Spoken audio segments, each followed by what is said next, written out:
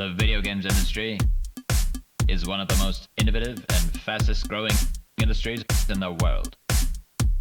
The men and women of this industry work tirelessly to provide entertainment for the masses, and some of these provide the music. Music that we love. Music that we listen to when we're enjoying ourselves playing those video games. Video games. Music that we love. Music that we listen to when we're enjoying ourselves listening to video games. Video games. Do we even know who these people are? No. Would video games be the same without them? No. What you're about to hear. Good evening, ladies and gentlemen, and welcome to yet another indie game showcase. I am your host of the whole kit and caboodle, CallMeGiant. And with me, let us turn on the big screen with absolutely nothing on it. There we go. With me today is Chris, Finally Fishing. Let me just freaking get that. There we go. That's nice. Perfect. Beautiful. And he will be my co-host for tonight. Tonight is a good one, as it always is. We are having ourselves two delightful games, both very different, but both very fun. We have with us tonight Smash Riot with Dr. Spacezoo. Should be fun. And Boris Dugdum with Dark Flame. Of course, that's not their names, but that's what it says on their Twitter. So, so what we'll do is that we'll flip it over down to here and flip it up to here. And we are going to give our first person a call, and that is Jesse with Smash Riot.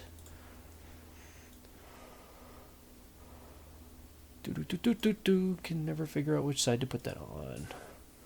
Hello. Hello. Hello. How are you doing? Oh, we're doing all right. How are you doing tonight? Doing wonderful. Wonderful. All right. Can you guys hear me fine? Oh yeah. Sound delightful. Awesome. I'm still recovering from MagFest, so my voice is still a little shot, but I think it'll work out. Do you have the pox? No, I just talked for a lot. And it just blew out my voice.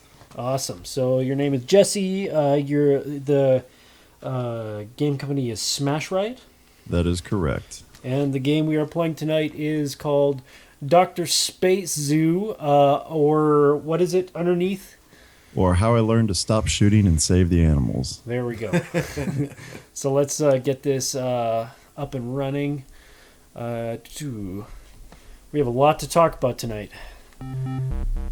So let's see if I can get this all running properly first of all. Oh, there we go. I keep forgetting to not look at the same thing. Joystick detected. Press joystick start to use joystick. So I guess I'm gonna use mouse and keyboard tonight just because I feel like it. That's fine. I mean, it's a twin stick. It's best with a joystick, but it's perfectly serviceable with a mouse and keyboard as well. Just gonna adjust the volume of the game. It is rather loud. We want to hear you better. There we go. All right, so give us a quick synopsis on what it is that Dr. Spacezoo is. So I like to call Dr. Spacezoo a precision twin-stick shoot-'em-up. So it's not like a normal shoot-'em-up where you just go in and blow up everything that moves. In this one, you need to be a little bit more careful, and you're looking to save a target animal and then beat your way back out before you explode. Definitely. So, is there a way to make it full screen? Yeah, there should be. There should be a full screen option. It honestly doesn't really matter, just because of the fact that I have a 32-inch monitor. So, but if you hold down, you're on Windows, I imagine. Yes. I have no idea how to open up the Unity dialog window. We're fine. Don't worry about it. It'll be fine. Eventually, I'm gonna have a full screen option in there. It's just time. So this is an alpha build right now. Yeah, this thing's been in like a soft early access for probably about a year now. Okay. I'm perpetually 6 months away from being done with it. All right. You said you're building it in Unity? Yeah, this is done in Unity. Nice. So yeah, if you have any questions to ask him about things, then your game, because you are my co-host for this evening. So there's that. So what is the inspiration behind such a unique version of a shmup? All right, so I mean, I played a lot of shoot 'em ups growing up. I mean, that was my bread and butter, like Smash TV, Geometry Wars, Gradius. All those games are like what I grew up playing. And actually, this thing started out as a game jam back in 2014. There's a bunch of people made a game called what was the name of the jam? I think it was just a Child's Play Indie Quilt Jam. It was done back July 2014. So I worked on this for about a week then, finished it up. Did some other prototypes after that and came back to it probably like 2-3 months later, and then decided I was going to spend 2 years on this one. All right. So that's about where we are. Yeah. And of course, naturally, the name of the game is a play on Doctor Strangelove, of course. Oh yeah, definitely love Stanley Kubrick, famous film director, and that movie is just totally insane. So Yes, the it professor is. here, Dr. Spacezoo, in this is really, I'm trying to channel Doctor Strangelove, of course, and also a little bit of Professor Farnsworth from Futurama in there. Go for a mixture of Peter Sellers and Dr. Farnsworth. Oh yeah, I love Peter Sellers in that movie. So yeah, so great. it's he's kind of an eccentric. I don't know if he's totally trustworthy, but what else you have to go on here early in the game. Yeah. So just kind of So, he wants. I played the game a little bit before I started up. As you can see, there's a couple things already opened up. I'm just wondering about the select screen from the beginning. It says 1, 2, 3, 4, 5. Are you able to go into any of those, or do you have to go by the number? Well, you could go into any of them right now. I've unlocked them all for the alpha just to make sure people don't get stuck on a mission. But Okay. so there's 5 missions in there right now. It's all completely playable to the end. Right now, I'm working on the last 2 boss fights for the game. So we're entering the game. At the very beginning, it says, "Please enter the space zoo and save this space animal, the space chicken." Also, before you exit, please save or humanely help as many other animals in the space zoo as possible. So I also missed a whole bunch of stuff because I just realized that it didn't backtrack on the stuff that I... Oh yeah, the stuff that you've seen before. If you want to clicked see, you can just hit that double arrow back, and I'll start you at the front for the next one. Oh, there's only 2 things on this one anyway. So, But anyways, for anybody that actually wants to see... I'm not gonna stay too long on the actual words or the actual stuff that's being said, because I want it to leave it for the people who want to play this. Keep it and as far as fresh-ish. that's probably a good thing. So right now, the first mission has been done. It's been pretty well beaten. The story's in for it. It needs a little bit of tweaking, but the story for the 2nd through 5th mission is not quite in yet. It's just kind of roughed in, but all the levels are playable, and most of the boss fights are in for that. Okay. How long has the game been in development for? Probably about 1.5 years right now. So it's always 6 months away from being done, but I feel like I'm getting on the closer side of that 6 months. That's good. And of course, you it started from the game jam. So, did you have the idea for the game before the game jam, or did everything just kind of poof up from there? That just kind of poofed up from there. So it was like there was no real theme for the jam. It was just make a game in a week. And I've got kids, so it's like I don't have a ton of time to do a weekend jam. So it was actually kind of a perfect time for just being able to work on it at night for a couple hours here and there. So I probably spent about, I don't know, maybe 40 hours on it. And then it was just it was done. It's the play loop to it is very similar to as it is now. If you looked at an old demo, there's some old ones floating around and probably Game Jolt. But I mean, the play loop is essentially the same. It's just been polished up for a 1.5 years. Cool. So the next question that I have is that the graphics are, of course, your typical, not typical. I'm sorry, I didn't mean that. You got pixel graphics going on, and they actually look very colorful and very fun. Who did that? Or was it all you, or do you have a? I've done some of it, but I've got a really awesome artist, Khalif Steele. I think he's at Costizzle on Twitter. By the way, if you want, put any links in the. Oh, I don't even. In the chat. Yeah, let me find the chat. I think I disabled it last time I was doing this.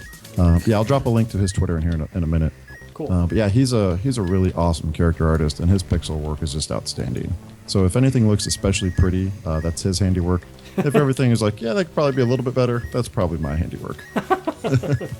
It looks to me like this would be ideally suited for the mobile platform. Have you had any thoughts about going that direction? There's probably no way that it would fit on mobile. It's pretty heavy. So I mean, it's a pixel art game, but it's got my whole take with this is I wanted to make a very modern pixel pixel art game, so I want to use a lot of shaders, a lot of image filters, a lot of procedural generation. Like a lot of the graphic side of it is a little bit heavy for mobile, and also it's a twin stick, and it's kind of a difficult port right there. So right now I'm really only targeting PC, Mac, and Linux is right now. I'd love to get this on consoles after that. Awesome. So has the story sort of progressed as you went along, or has it sort of been in your head for since you started doing this? No, the story was something I had roughed in, from when I did probably a little bit after the game jam. I sat down and wrote the story. The first, all the text is pretty set for the first mission here. I still have to go through and do a couple more edits on the later text, but the story is for the most part is done. So we'll see if I can pull off the arc that I'm trying to go for with it. So it's going to be a fairly in-depth storyline when you get to that point. Yeah, I mean, I hope so. We'll see the whole motivations for going into these zoos, and why you're actually getting all these animals, and kind of see how all that plays out. I'm hoping that works. Well, talk to me in 6 months and see if it did. Animals euthanized. Yeah. You evil man. We just realized, he just noticed that I accidentally killed some of the animals. So that's one of the interesting things about the game that I noticed, is that you have the choice of saving the animals, killing the animals, or just leaving them, I assume.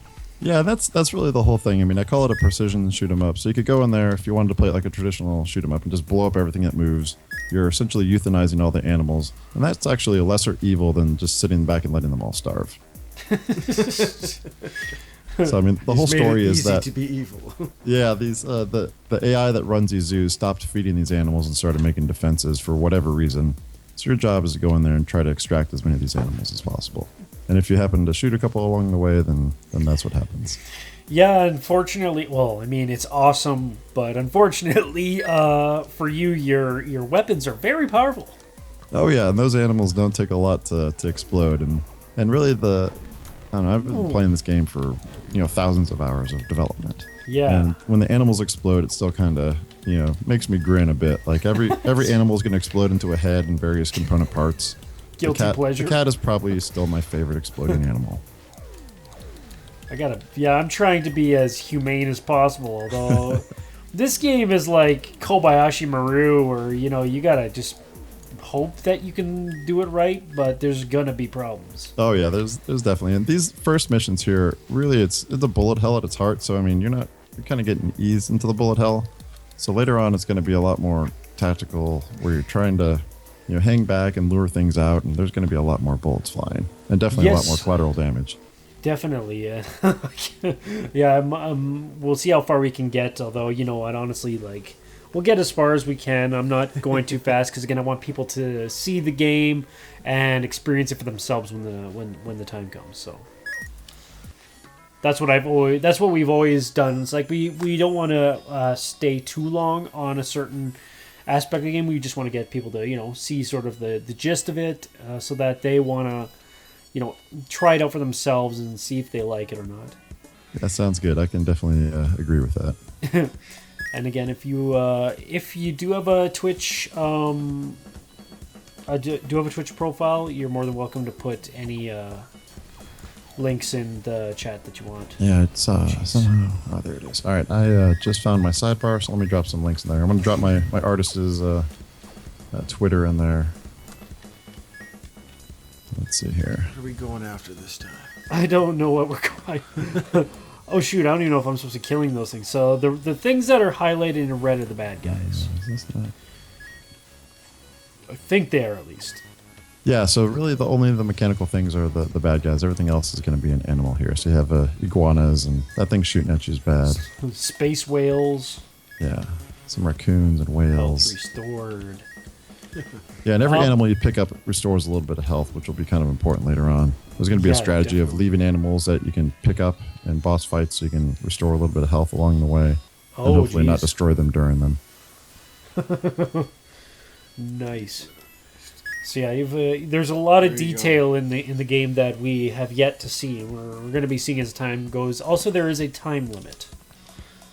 So if I do not complete the area in that time limit, what does that do to me? Does that actually kill me? Yeah, so there's the time pressure of the timer. It's actually pretty generous, but you will explode if you exceed that. So Okay. originally I had a story plot that the AI was trying to hack the ship's defenses. I had a couple power-ups and some mechanics in there, but it was a little bit confusing, so those got stripped out. But I still definitely like having the timer aspect. Kind of gives that additional pressure on it. Yeah, definitely. Get it done. Yeah, get it done. Save them animals. Also, it potentially leads into the ability to have speed runs available. Oh, definitely. And I love speedrunning. And a lot of the questions I got at MagFest was this in any way influenced by the awesome games done quick? The whole, Metroid runs of save the I animals, kill the animals. love watching AGDQ. Oh, yeah, that thing is the best. Save the that's like animals my- or kill my- the animals, yeah. My productivity for a week Doesn't just matter, goes just to the get toilet through when it. that thing's on. I But I mean, watched- this is I'm kind of on both sides of the fence. So it's like if they want to save the animals, save them. If they want to kill them, kill them. Yeah, so we cater to both those audiences there. This is a morality simulator. Yeah, it Jeez. definitely is. I mean, you can see like there'll be global stats for how many animals you shot by. Every screen will show you a summary of like how many you shot for that level, and also you can see how many you shot for the whole game. So you can see how big of a monster you are. So honestly, my favorite thing is when I'm demoing this in person and somebody comes in. It's a local co-op, so you could have up to 4 people playing at once. Cool. And like when there's like a group of people come up, they destroy every animal on the first screen, and then they look at me like, "So what next?" I'm like, "Well, first of all, y'all are total monsters because you just went in there and shot up all these animals." Secondly, it's in the freaking title. Stop shooting and save the animals. So Yeah, exactly. it's always a little bit of fun for that, but usually they get it after they nuke the first level of animals. Oh boy. Finally figure it out. Well, maybe if I can figure that out quick enough, we can probably set up a second controller in here. Yeah, it's definitely like every person you add, it just gets more chaotic. It's beautiful. Yeah, one could be saving while the other's annihilating. Do And that's really it. There's always one monster in there that's trying to kill all the animals, and the other team is trying to rush in and save it before they get a chance to kill it. Because you get a lot of, I don't know if you've played with the other weapons here, but you have the beam on the left, the top left. If you're using the keyboard, your numbers like 1 through 8 will be weapon selection. Oh, okay. So right now you have Jeez. 1 is the beam, 2 is the bullet, 3 will be homing bullets, and you'll start getting a little bit more advanced weapons as you go on here. All right. I haven't played with the weapon select yet. Oh shit! I just killed one. I just killed a space whale. You're a monster. I'm a space monster. Oh shit! I just like how everything is non-discriminately blows up. I also like the pixelated particle effects. Oh yeah, this thing is all about Whew. jibs, grease, and glow. So I mean, everything's going to blow up into chunks. It's going to leave a big puddle behind, and there's just going to be a lot of sparkle at you. Actually, I just noticed that it's leaving patches on the ground there. And later on, that's actually kind of handy because you could use that to find your way out. Like these zoos you're playing here are pretty small, but some of the later ones will have like 30 or 40 rooms to it. Leave And so you'll yourself want a to use trail. that grease trail to kind of find your way back out. Jeez, that's awesome. Yeah, I like the persistence that it gives. It shows that you're here, you did something to the zoo, and it's not like you just came here, blew everything up, and everything is pristine when you left. You leave it a mess. Yeah, jeez. So you mentioned procedural. Are these levels generated that way, or Yeah, so actually this first mission here is all handmade levels, just to it's a tutorial mission, so it eases people in. The last 4 are all procedurally generated, so it'll be different every time you play. It's based on the player's name that they get here. Oh wow, So that's if you want, awesome. yeah, that's the only reason I'm able to sanely play this game after working on it for forever. Is that it always surprises me. If I was playing the same handbuilt levels for the last 1,000 hours, I'd be just totally crazy by now. Oh yeah, you'd probably have it memorized with your eyes closed and stuff. Oh like yeah, that. it'd be terrible for the game, but now this way it's good because the procedural generation will surprise me and it's still challenging. Yeah, that's one of the questions that we actually ask our developers on a consistent basis is, do you still enjoy playing the game? And we've only had a select few say they didn't. Yeah, I mean, you kind of gotta. I don't know if it's like Stockholm syndrome or what, but I mean, you gotta kind of love your game. Otherwise, why are you really playing it? Or why are you Yeah, making it? exactly. I'm not doing this for riches or anything. I'm doing this because I like the whole media aspect of making games. I like getting able to dabble in a little bit of sound and music and art. I'm a programmer by trade, so this is kind of a blend of all the things I love. Definitely. excellent? Yeah, that is a good thing. Yeah, usually the ones that they're like, well, I like the game, I just don't like playing it, but that's only because the game itself is a set thing. Like I think it was the game Pillar. It was a puzzle game that was the same every time you played it. So they actually prefer to watch other people play because then it gave them interesting perspective on what people were thinking of as they played it. Yeah, that's kind of thing. I love watching people play my game just because they do creative things that I necessarily haven't done in my thousands of hours. They could find bugs that you've never seen before. They always do. I always have good leaps in it after I watch a couple hundred people play it. That's always the best thing because I'll come back that week, I'm energized, I'm excited, and I could bang out some good stuff that really raises the quality pretty quickly. Right on. Yeah, I often with my game get a friend to try it for the first time, and you'll sit there and play it and bring the bugs out right away. And I'm just like, oh my goodness, oh, yeah. That wasn't there, I swear. Well, we're also known as professional bug finders, so Well, there's definitely a couple in this build. We'll see if you run across it. Speaking of bugs, you definitely have come across all sorts of the bugs and glitches in your time building.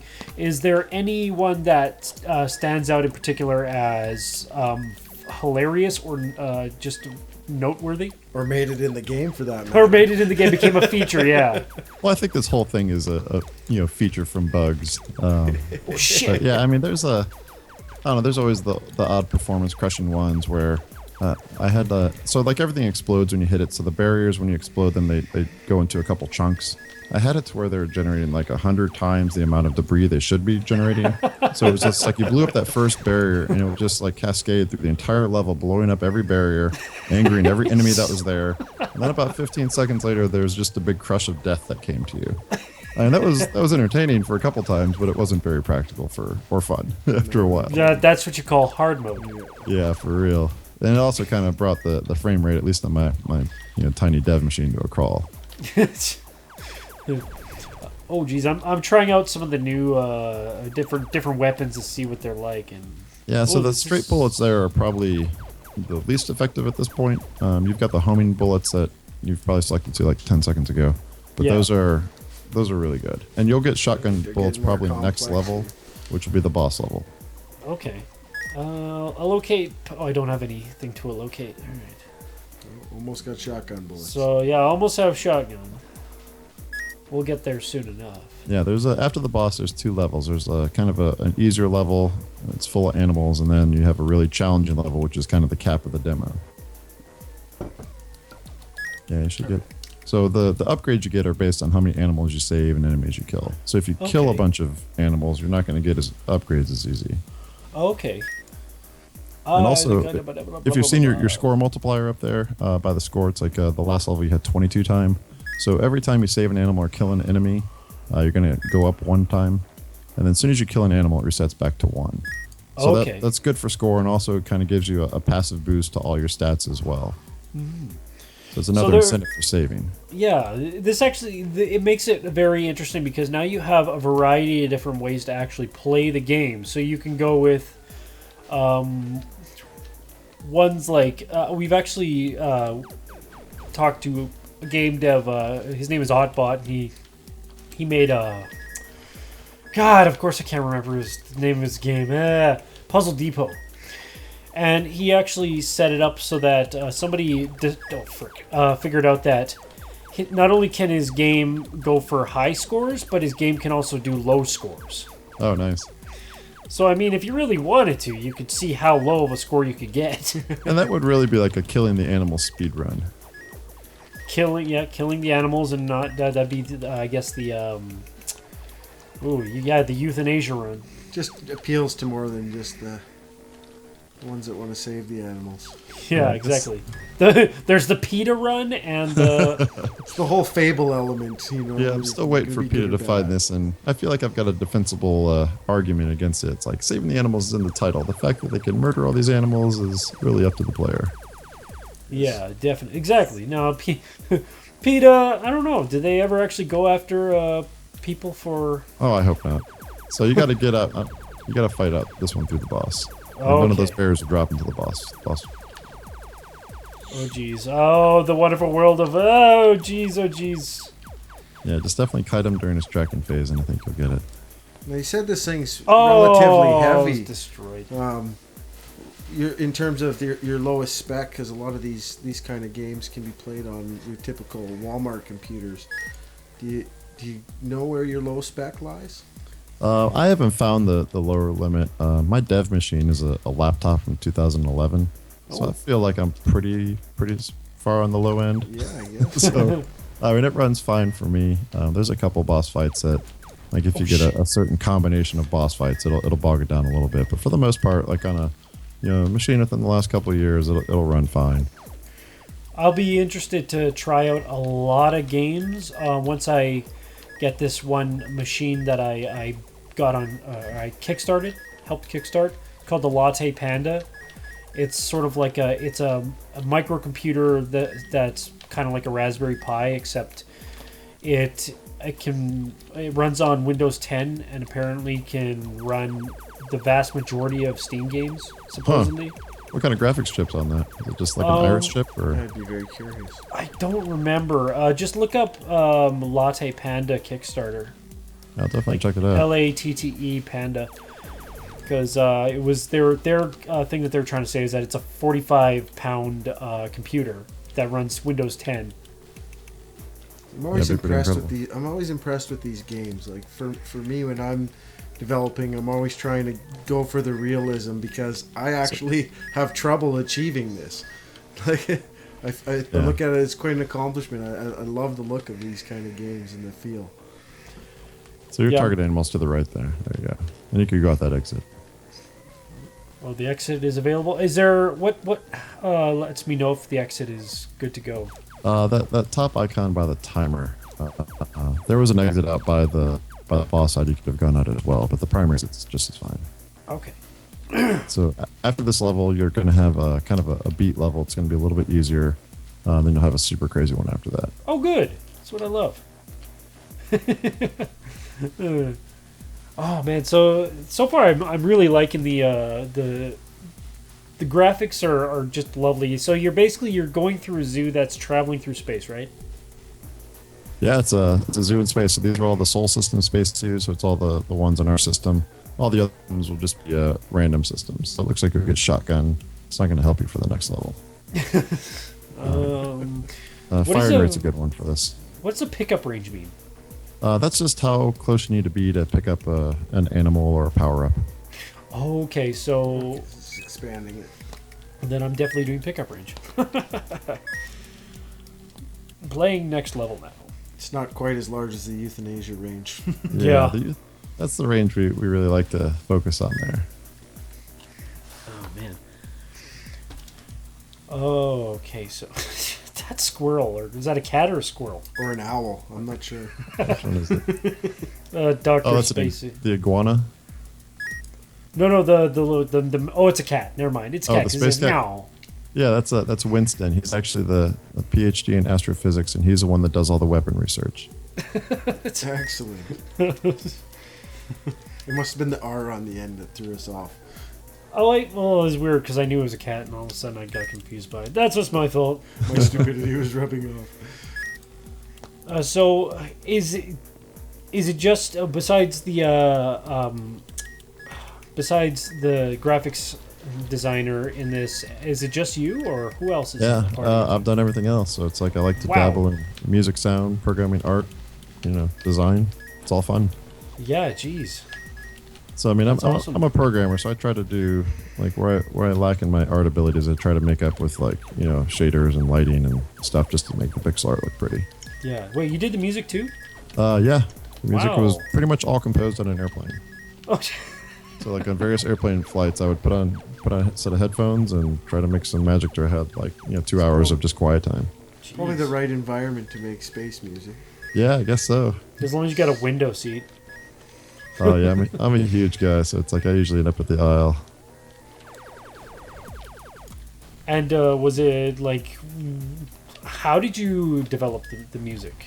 It's all done using an app called Figure. It's on iOS.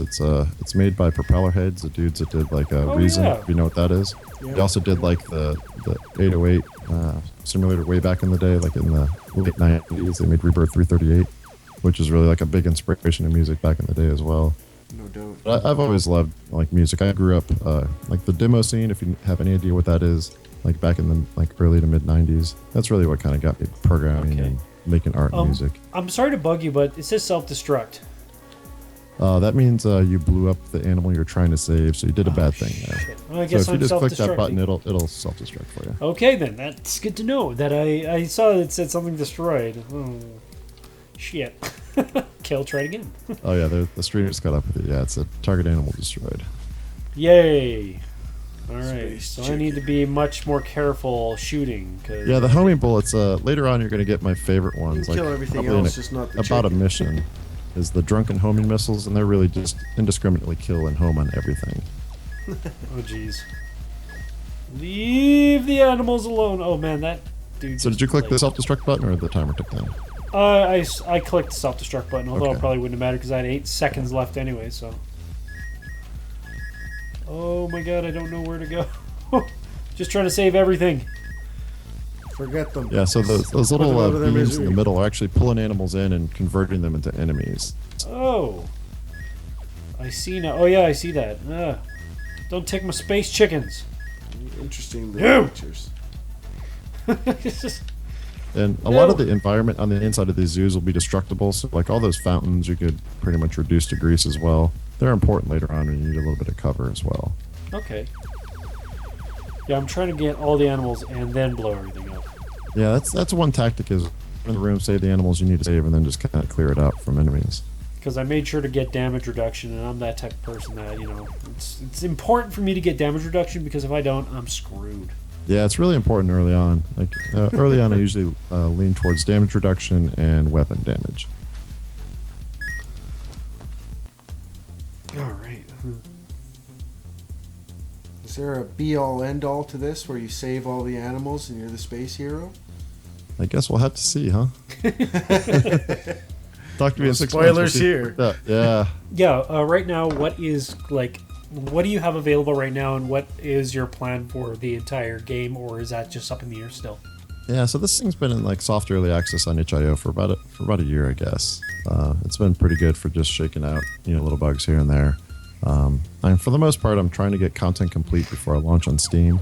So I really just have those last 2 boss fights to do, and then I'm going to put it on Steam early access. And I'm hoping that's going to take me about another month. Okay. And then I'll sit in early access. I got a couple systems I want to polish, a couple like Steamworks integration, some other things like that. Definitely want to do hardware compatibility tests is a big reason for Steam early access, just to kind of suss out all those issues and full Steam launch sometime after that. Awesome. Are you preparing for getting your getting the Steam Greenlight stuff going? Oh, that's all done. The page is ready. Valve has blessed it. All I got to do is upload my final build and hit the button for early access. So Oh, wow. you could go to drspacezoo.com. You can find the Steam page there. You can add it to your wish list.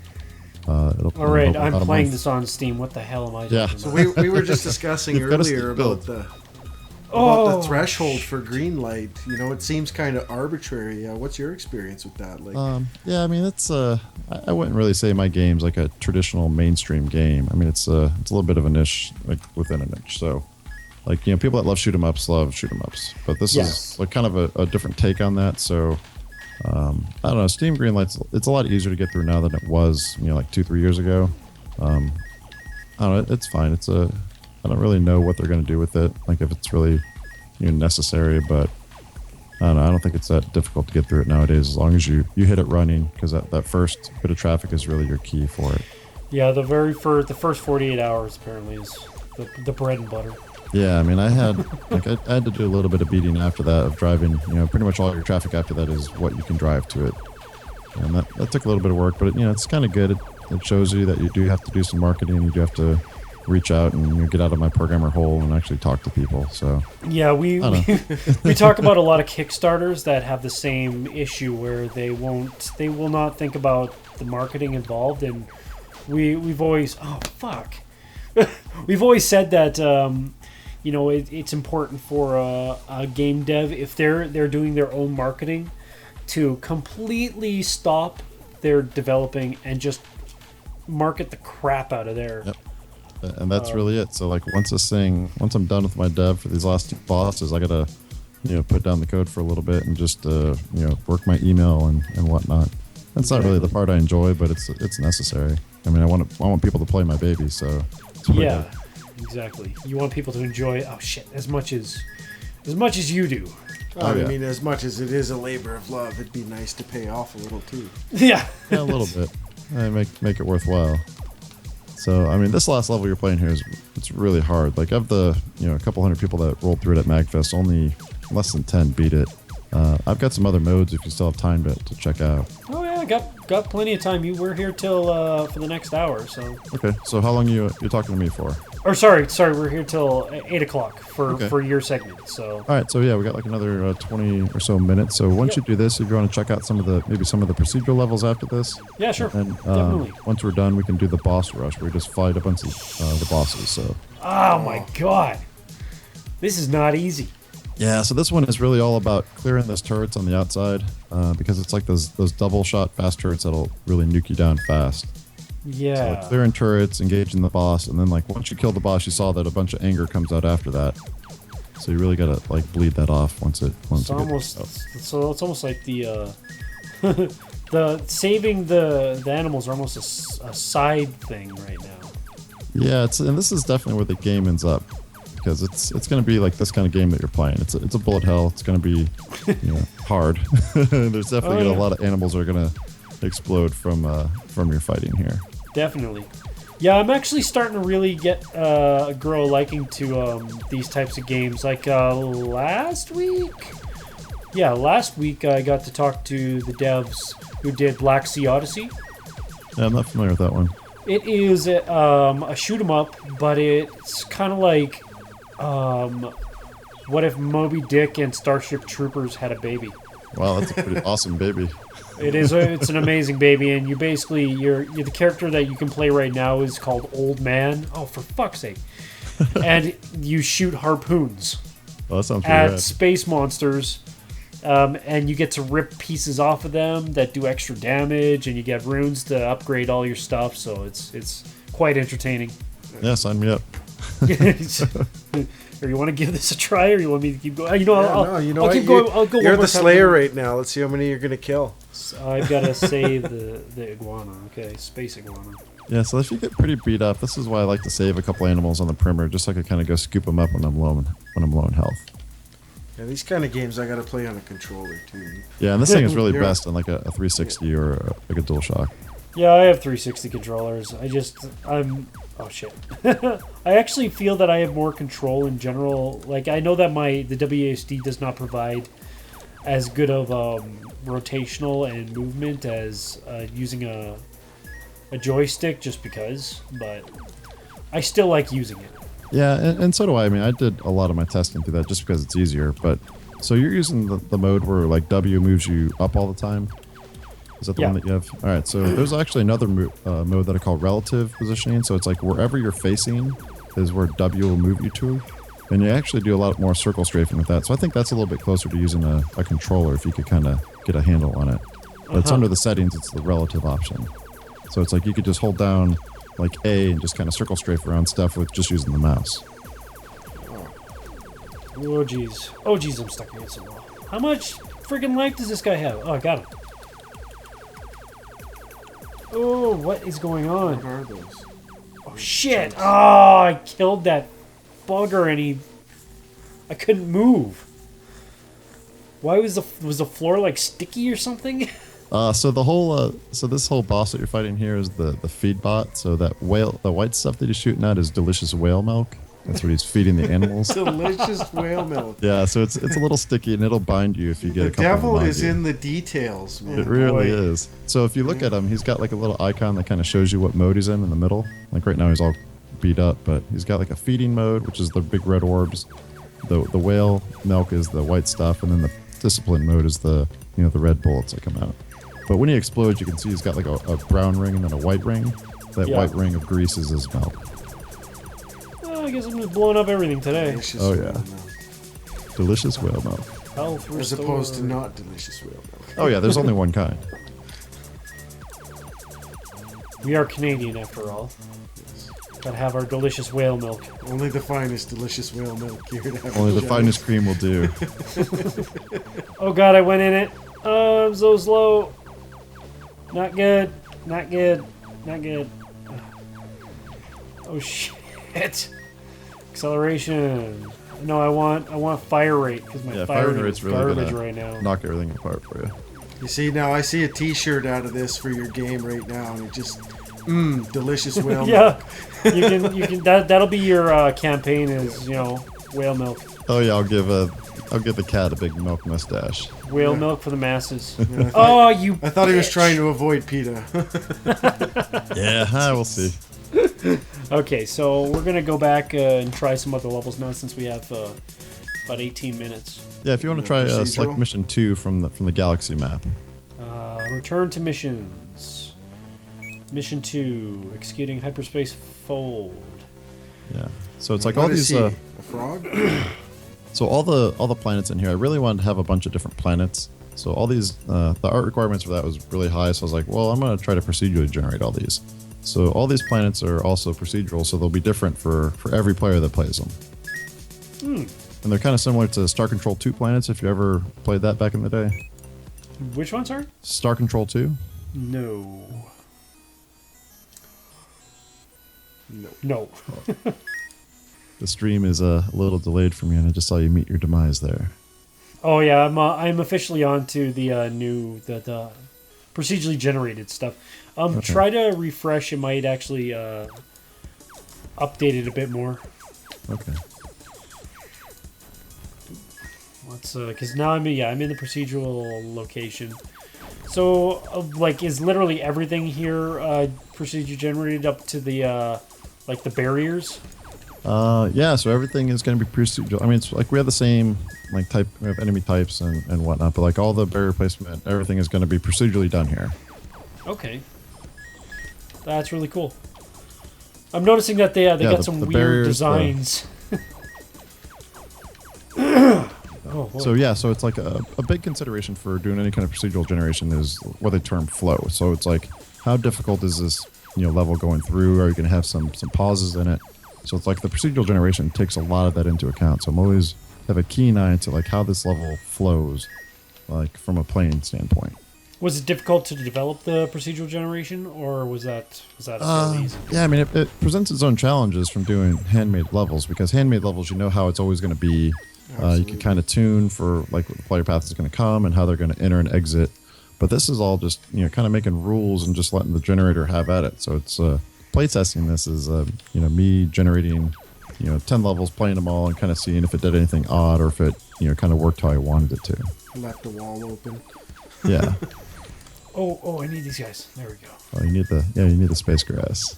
Space grass. Receive. Was this written all in code, or did you use any of Unity's visual scripting? So actually, I'm using a framework called Futile. Okay, it's a code-based approach to Unity, so I don't really use the Unity editor for anything. I've got like, if you know what Unity, like how you develop, and I have one game object which is called the Futile object, and then everything else is instantiated off of that in code. Okay. So it's like I'm a programmer, so it's like that's how I'm comfortable. For sure. See, I'm the opposite. I'm almost entirely visual scripting, and I'll work in my classes in code, and that's about it.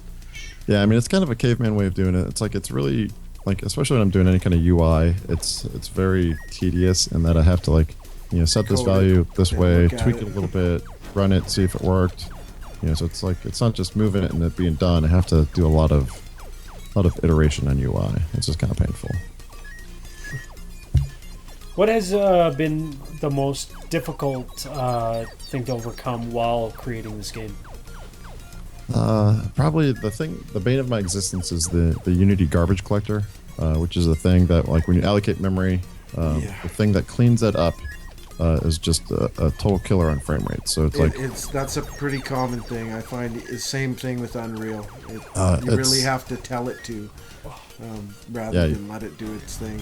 And it's like you can tell it, but that's really only a suggestion that it should do it. Absolutely. And most of the time it ignores that suggestion. So it's always going to come at inopportune times. So it's just really a matter of like, I've always got in the back of my eye that, or the back of my head that, I have to be very careful with how I'm doing my memory allocations. And it's just, I don't know, it's just unnecessary overhead, I think. But It's a necessary evil.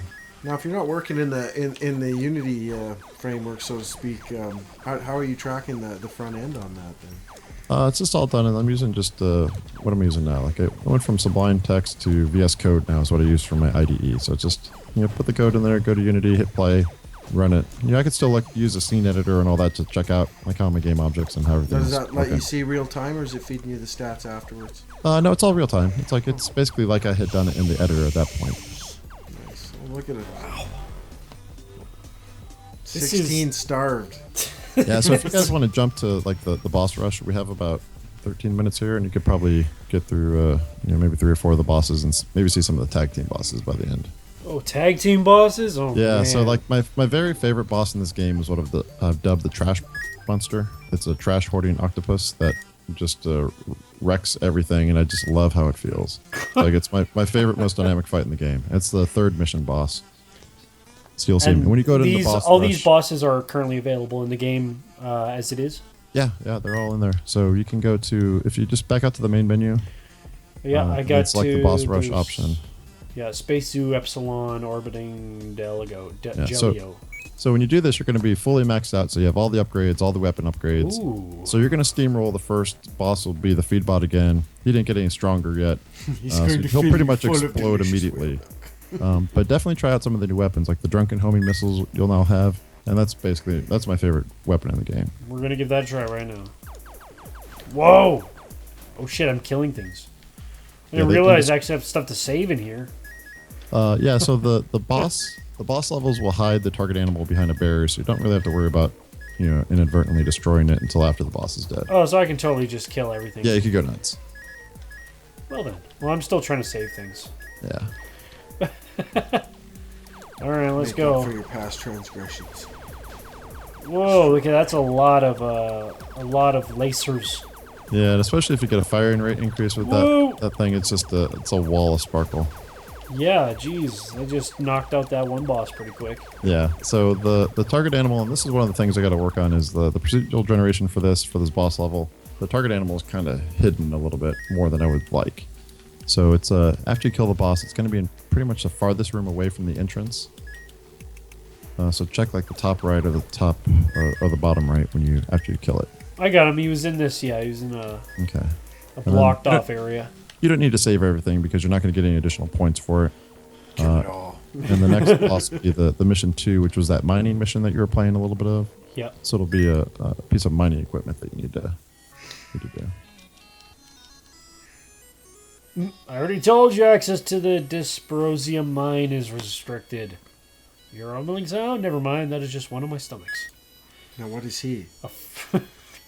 I guess it's a frog. Other than kind of an a-hole, yeah, he's just a mining alien. I want to do this without destroying things. I'm still trying to save people. I'm still trying to save the space animals from the evil space things. Oh, geez, that guy's a dozer. Ah! Interesting. It's like a big drill. Oh, geez. Yeah, big It's drill. Drill you full of space milk. Whale milk. I'm drilling for the space milk. Oh, jeez. Oh, jeez.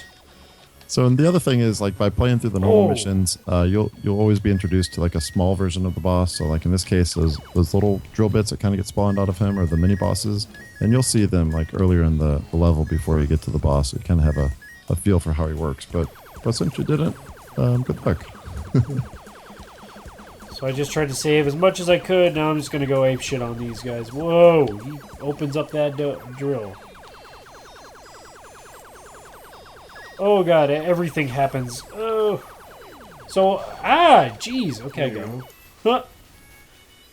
So how much HP does that guy have? I think he's got double the feed bots, but he's definitely got an invulnerability from the front. So I don't know if you saw your damage numbers are a little bit lower from the front side attack. Mm-hmm. What's the HP number that you start with? I think yours is 50, but I think he has like, I want to say the drill bot's like 3,500. Oh, jeez. So there's a big difference. Yeah, definitely. Right, where the I hell? find when you were testing, you just gave yourself unlimited health.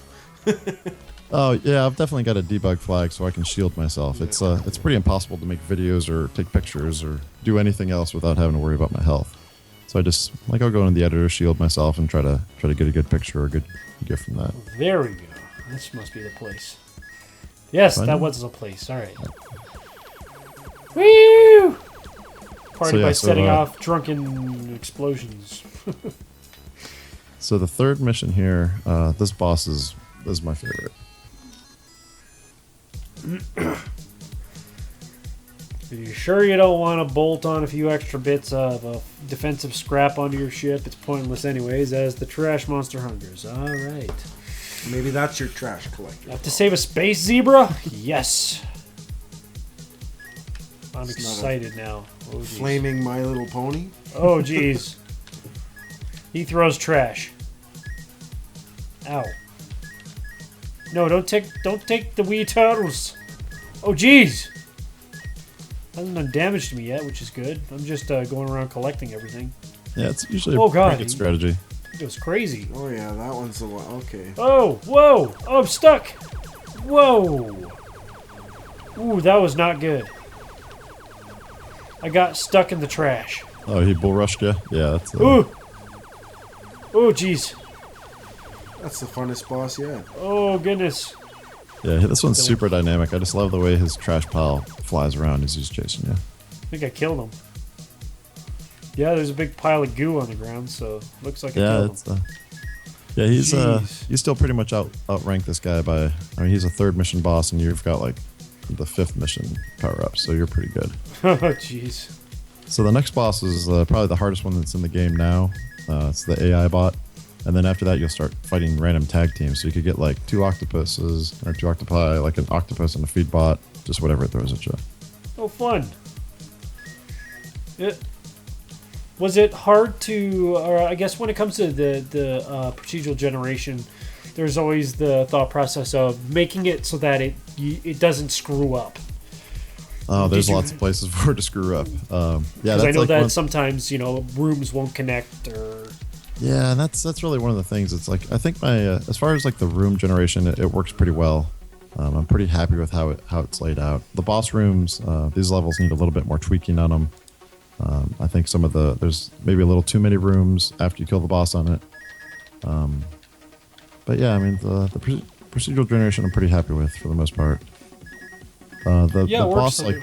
but fighting a boss in there, it's like I saw like one player had glitched out this boss that you're fighting now in a way that I hadn't seen before. So it's like, and that was really just an artifact of the level that it was on and where he had it. So it's like I had never seen that in my testing. It's just the luck of the draw for like how that level generated.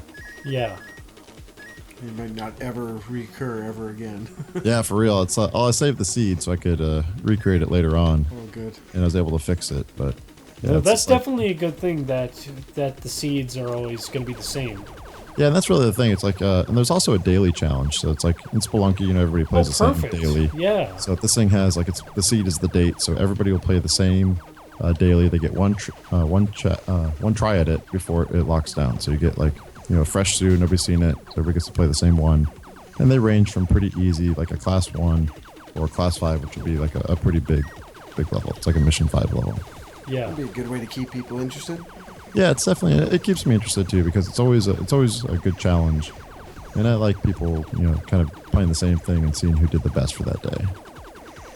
Yeah, I enjoy playing dailies as well because again, it's fun and you get to see how well you do comparatively. Yeah, so it's like once I can get some, I'm really excited to see what I could do with the Steam leaderboards to see how that can work in there.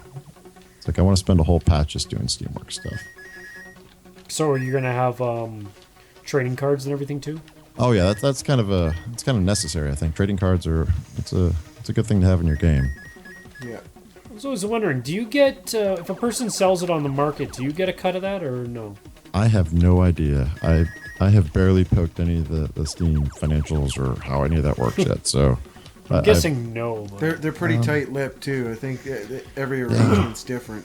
I honestly have no idea. It's like I barely got this thing working through Steamworks where I can upload builds, and that's kind of where I left it. Yeah, the wonderful world of Steam. You know, it works, but how it works is It's black magic. yeah. Some of it's relatively simple. I like how they've done it for the achievements. They're pretty easy.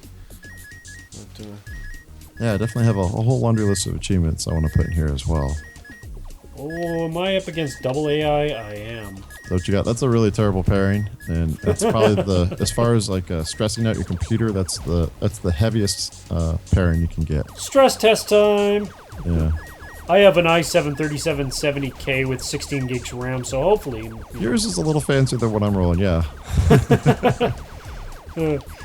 Yeah, I had to upgrade it because I used to render videos, and for some odd reason I had an i5 2500K with 8 gigs RAM, and I couldn't even change the gamma settings on games. this would actually be fun for a stress test. Just turn into a swarm mode. Just generate as much as possible. Oh, so I have a GTX 970, so that might help too. Your rig's a little more polished than mine. Like my laptop from 2011 just died this week, and now I'm on an old Mac Mini. So it's like, you know, I've definitely at the lower end of the spectrum here.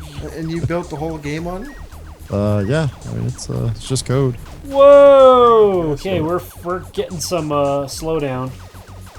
Yeah, I mean, there's Oh, a lot going on in this one. jeez. My CPU only says 70% right now, so you know, there's that.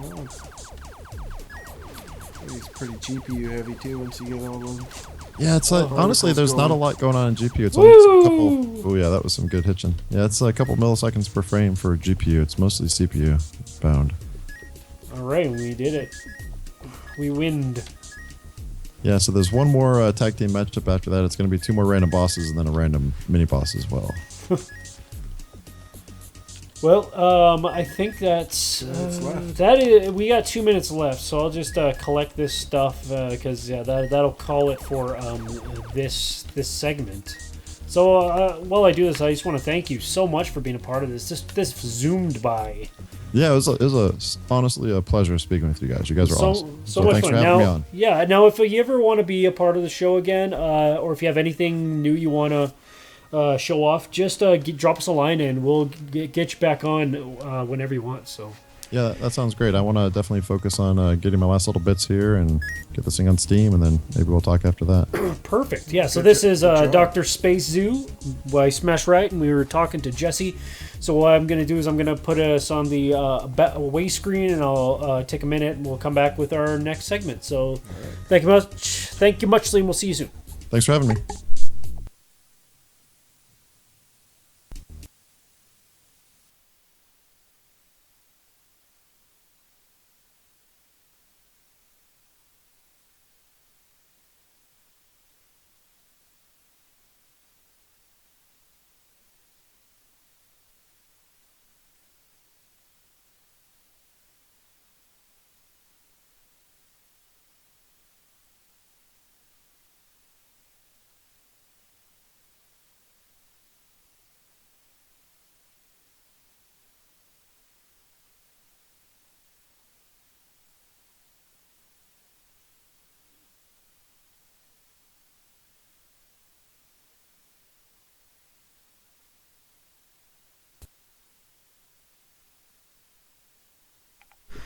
All right, so now we're going to be getting ready for the pain.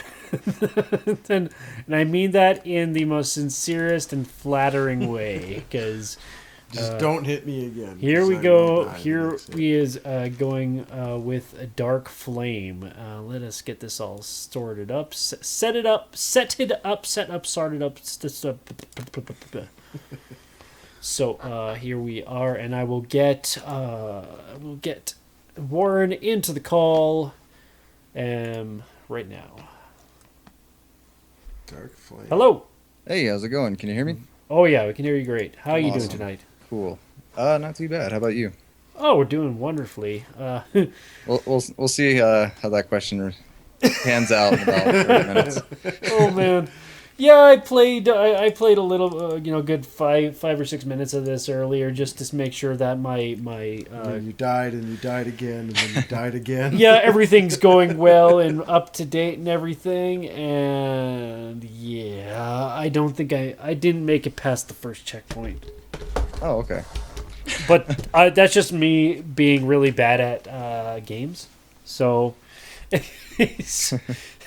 so yeah, expect the worst. I'm probably gonna hand the controller off to Chris once I realize that I'm not showing anybody anything. So All right. we'll just go from there. So, but for the people that have not seen this, give us a quick synopsis on what Dark Flame is. So originally, it was just a project I started about actually like 3 years ago. So it's a METROID-VANIA 2D action RPG platformer. This is inspired heavily by old Castlevania artwork. Inspired by Dark Souls like theming and feel. I wanted it to feel punishing. It's punishing. But I mean, I wanted it to be fun and customizable at the same time. So Definitely. And so when was the last time we talked to you? I think, was it just before your Kickstarter or just after your Kickstarter ended? I think it was before. Yeah, or maybe during. I don't remember. It's been a while. It's been a little while, yeah. Yeah. So tell us about your experiences with Kickstarter. It's pretty rough. So being Apologies for opening up any wounds or anything, but it's okay. They're wide open now. No, no, I just being an introvert like I am, like all I want to do is just make a game. But I guess there's a lot more that goes into it as well. It's just a huge learning curve. Obviously, the Kickstarter failed, but I've still been working on it. I think I've added quite a few new features to it. Leveled out or worked on the level design quite a bit. I took back a lot of feedback I got from individuals that played the demo. But yeah, it was a pretty stressful month of my life. Yeah, definitely. It's Put a lot into it, eh? oh jeez. Yeah. Well, yeah, naturally when it comes to Kickstarters, you have to put 110%. Yeah. 150%. Yeah. I don't know where Killer Peachy is, Coke Guy. He's probably hanging out. He's probably out doing his own thing. He streams for 7 hours before this, so if he's around, he's around. If he's not, he's not. Yeah, so the last time we had you, I didn't get to play this. I'm the guy that usually just sits beside and tries to ask questions. So you had the professional dude playing the game, which was average. Oh, frickin' hell! So he's moving up because he's got a guy beside him now that gets to watch him play. Yeah, I'm. Oh, you bitch! And just laugh in his ear. Yeah. Man, this is, I can straight up say this is a very difficult game, but it's not difficult in the sense like I want to give up. Because the one thing that I always say is that the difference between a challenging game and a rage game is a rage game makes you want to throw your controller at the screen, while a challenging game makes you want to keep going and try to basically beat... Do what you couldn't do the last time you played. Yeah, as long as there's some kind of progression, I suppose. Yes, exactly. Yeah. And I mean, you do have that going for you in this. The experience stays with you. I'm actually thinking about changing that again, but we'll see. What do you want to change it to? Probably more of like a Souls type deal. So if you notice already, like every time you die, you have like a little marker that you drop.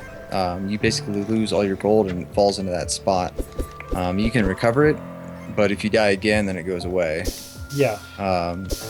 And the gold in this demo is used to purchase better weapons and armors that you can use. So there is a vendor. I don't know if you found him shields? Yet. Does it have shields? No shields yet. Because he needs one. You're gonna see me die a lot. Yeah, Thork and I did a playthrough on the game too. So I should have studied his tapes. His techniques. Yeah, Studied all of his VHSs. Oops. Yeah, I watched all those. That's pretty entertaining. He didn't give Look up at though. him. That was, Yeah. that was Yeah, a brutal build. Oh, jeez.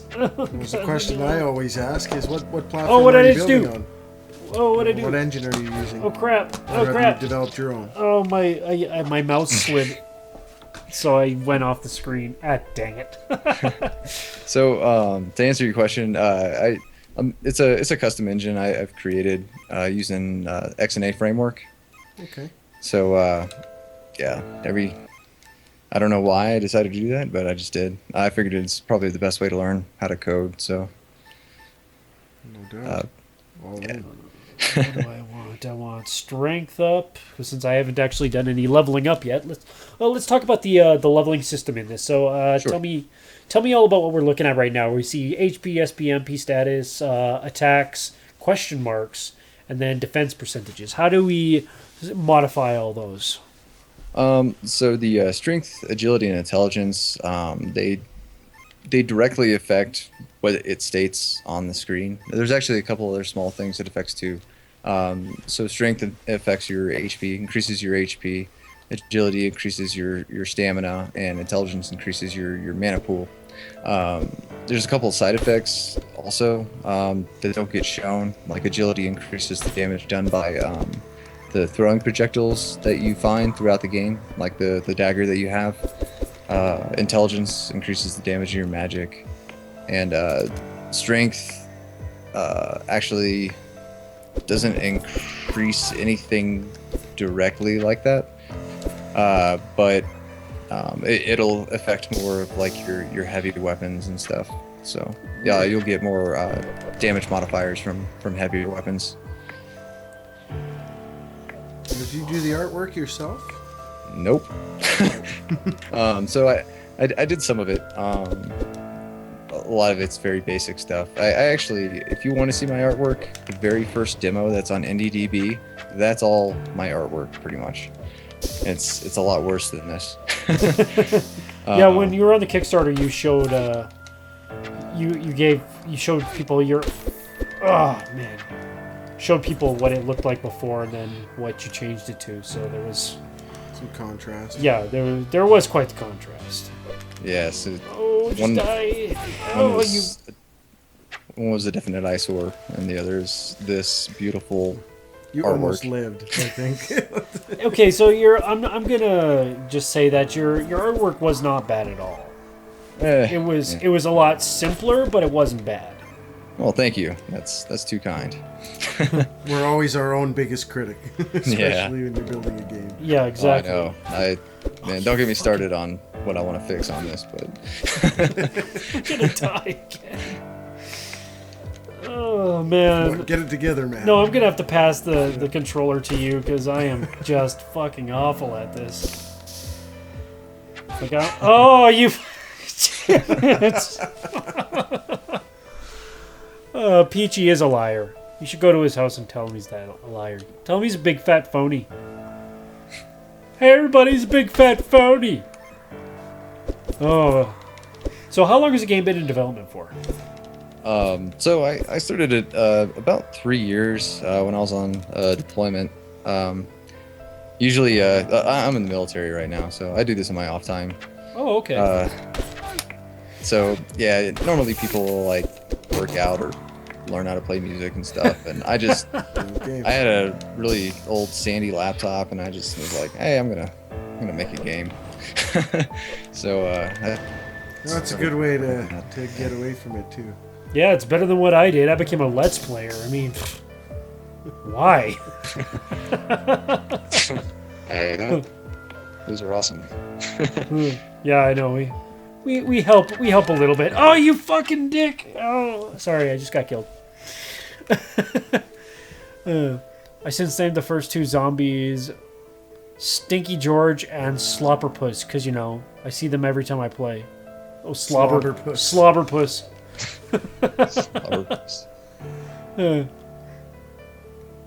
Okay, let's see what we got. Hey, Here. pay attention, because you're dying. Yeah, come on, I can't live. I'm really trying hard. Where's You the got this, first? I believe in you. Where's the first checkpoint for my sake? If you take the upper path and keep going Okay. right, you'll find it. Yeah, I think I'll do that. Fairly I think obvious. that'd be. If you hit the also if you hit the back button, you can toggle the mini map. You can either take it off the screen or make it full size. If maybe that'll help. Why are you not dying? Or if you're using a keyboard, then That's it's what I was backspace. asking. Oh, there you go. I just leveled up. Oh, jeez. Ew. Oh, jeez. Oh, jeez. Jump. You.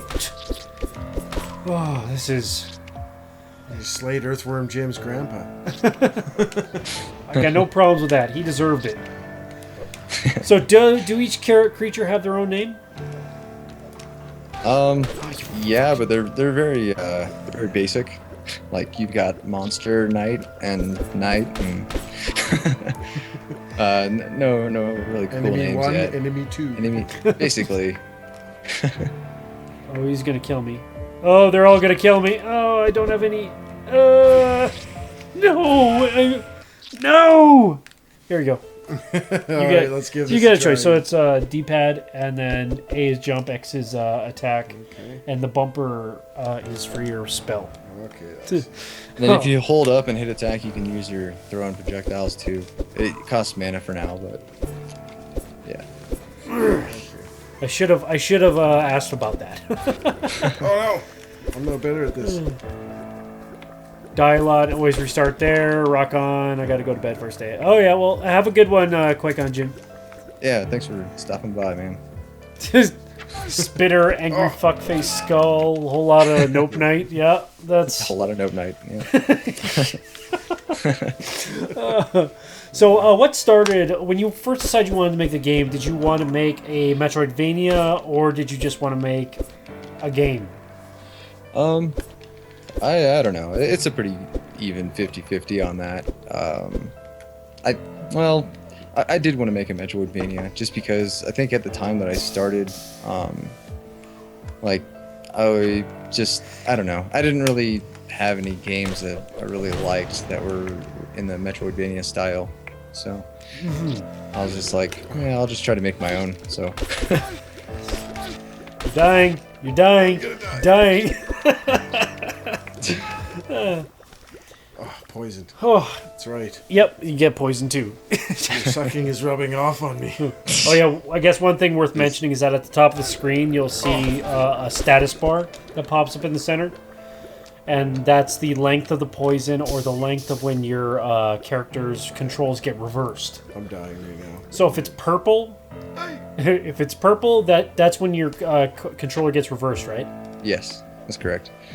There's only 2 status effects in this demo. There's can going avoid to some of be them. there's going to be some more. So since the Kickstarter wasn't successful, do you have any future plans for going back to crowdfunding? I've actually been thinking about it recently. I really didn't want to, but I had some stuff lined up that I think pretty much fell through. So that might be my only option at this point. How much, if I may ask, how much did the Kickstarter make? I cannot remember for the life of me. Oh man, I think about 8,000. I think people were pretty upset because I was asking for too much. Because I don't have a team that's working on it with me. Yeah. That for like rev share or anything like that. It's mainly just a lot of contractor work, so a lot of payment upfront and stuff. Mm-hmm. But yeah, that's why it's so expensive. But I'm thinking, I don't know. Just trying to jump over those guys. I've been talking to a lot of people about like if I were to do another one, maybe it would be for maybe like a prequel to the actual game. Maybe do something kind of smaller, and then ask for a lot less. But I don't know. I don't know how that would work out. But we'll see. So you said prequel? Yeah. So I mean, there's already a pretty good amount of storyline written for this. Even though you don't see it in the demos, it's pretty heavy in story, and like decision making and all of that. But I've been tossing around the idea of possibly doing like a prequel to run up to the events of the actual Dark Flame. So I guess it would just be the first one, and then the main game would be the second one. But Okay. I don't know. It's just an idea. Nothing set in stone. My thought, yeah, like when it comes to the premise of the failed Kickstarter, I know that it's a tough one to really delve back into once you've done it the first time, just because it's always hard to think about that. But you also have to think about it in the sense that there were that many people that were wanting to be a part of this, and maybe they still do. So also maybe how was it when it came to like when you were marketing? How much time was spent on just getting your name out there? I spent a lot of time, a little bit of money too. Yeah. So I was trying to grow, I guess my social presence as much as possible. Because I don't have any prior projects. I'm just a brand new person trying to break indie. Yeah. So I don't have a lot of weight, a lot of fans or anything. So that part was very difficult for me. And even on the Kickstarter itself, when it started, there were a lot of people that were just like, I don't know who you are. I don't want to give you money. So the winning the trust of the consumer is another difficult thing. Because you gotta, the fact of the matter is that you had the game, you had the graphics, all that, and it's sometimes it depends on like when you do it, or it's such a crapshoot, honestly. Like I've seen a lot of good games that fell through the cracks, and then a lot of like, why would anybody put their money into this? But well, it could be overwhelming as an independent developer when it's just one person, right?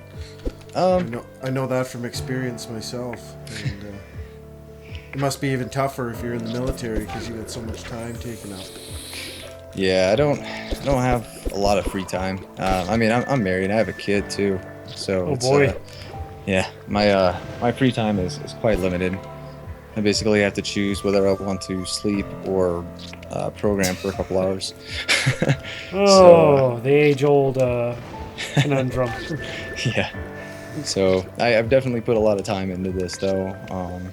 I've lost out on quite a bit of sleep to work on this, but I've definitely made quite a bit of improvements, especially since the Kickstarter. I don't know if you can tell, like, the feel of the game or anything since the last one. Actually, you said you didn't play it, did you? I got to watch it. I never got a chance to actually play it, but it's it's still it's very fun, and like I guess the thing to ask would be what did you change that you'd like to tell people? Well, I did a lot of behind the scenes stuff. Obviously I've added currency, vendors, bosses. Yeah, what is this? Hit up and you can interact with them. Oh, there it is. Yeah, it's yeah. There's a message. $2 There's a message that off. pops up the first time you run into He him. knows you. He told you wouldn't live long. Yeah. Yeah. Oh, this is a boss, and I'm dead. Oh. Oh, Jesus Christ! I'm assuming he passed the Oh, checkpoint. No. No, I didn't get to a checkpoint. No checkpoint. Oh, the checkpoint man. is they're actual save rooms. You have to Yeah. find them. Yeah. And also that $98 that you had is now in that room. if Yes, you it make is. it. So Jeez. I would suggest trying to explore, going somewhere else. Probably not trying to fight the boss right away. Yeah, I didn't realize I was gonna, end up there. Oh, you. I guess you should pay more attention Balls. to the mini-map. I am. I just didn't realize that was what that was going to be. It's okay. We're learning. It's a learning Yeah. experience. Oh, you fuck. Yeah. Okay, so I'm gonna be swearing a lot in this. I hope you're okay with that. I've never heard a cuss word in my life. I'm in the military, man. I hear it all the time. It's it's fine. It's actually more difficult for me not to. But I did notice like at the top left, there's kind of like that little glowing cross. That just means you have some unspent points to level up. Oh, right. Right, you constantly level up even if you die. I keep forgetting about that. Well, Yeah, good, 'cause so you it'll can help still, you put live points as in. you go along. Let's Maybe. 4 strength. I'll just put more into strength. I need to kill faster. That's how we do it, right? Kill faster. Yeah. Ooh, look at that! I you can do also 2 look at damage your now. equipment, Your weapons. Yeah. I don't think So, I got I believe- anything yet. Yes, but the weapon you have equipped, I believe, is a strength modifier. So it will increase the damage of your weapon. So you have your base damage, and then you have a modifier, like an attribute modifier, that will help Says- increase. D. Yes. So it has a very Whacked. low scaling. So Gotcha. the more strength you have, you'll get some more points into damage with that Okay. weapon. So I You need to may find other it. weapons too. Oh, jeez. So I'm gonna go up to the top, and I need to avoid the room that I died in. But now I totally forget what room that was because my guy is no longer there. Oh, look how fast I did that! Oh, you bitch! Bitch, no, bitch! You're not supposed to turn around. All right, I'm okay. I'm doing all right. Oh, you're still shooting at the other way. All right. So, have you encountered any fun or strange glitches? I remember you asking me this question from last time. Yeah, and we like to keep have- asking the question because you never know what. Oh, shit. Actually, I have. A lot of the stuff, I've done a lot of camera work. It's very subtle. I guess for the gameplay, it's kind of got like a little bit of a lag to it. Yeah. Just to kind of give it more of like a smoother feel transition. I also added like a lot of zooming and stuff like that. So first messing with that, I definitely experienced quite a bit of glitches, like screen shake and some other cool things. So I definitely liked some of the things I saw. I need to probably iron them out a little bit more. I put them in the game, but I think something one of the glitches I did see that actually did impact all of that. Even was when I think that Mustachio was playing, and he found a glitch where he actually was able to quit out of the game in the middle of a like a dialogue event. Oh, And when it restarted, the camera just kind of just panned slowly across the top of the map, and you could just see like the parallax layers. I was like, that's really cool. And so I just started to messing with the camera work a little bit more. And but yeah, I guess a glitch Okay, turned now- into a feature. nice. So now I'm doing a bit of damage. Oh, jeez. Oh, jeez. Oh, jeez. Oh, Oh my look at God, that. no. This is bad. You're on a roll. No, this is good. You're I'm winning. almost not dying. This is awesome. Yeah. This is the first I've ever been. Congratulations. Yeah, because now I'm actually getting used to it and realizing, oh no! I'm okay. I'm not dead yet.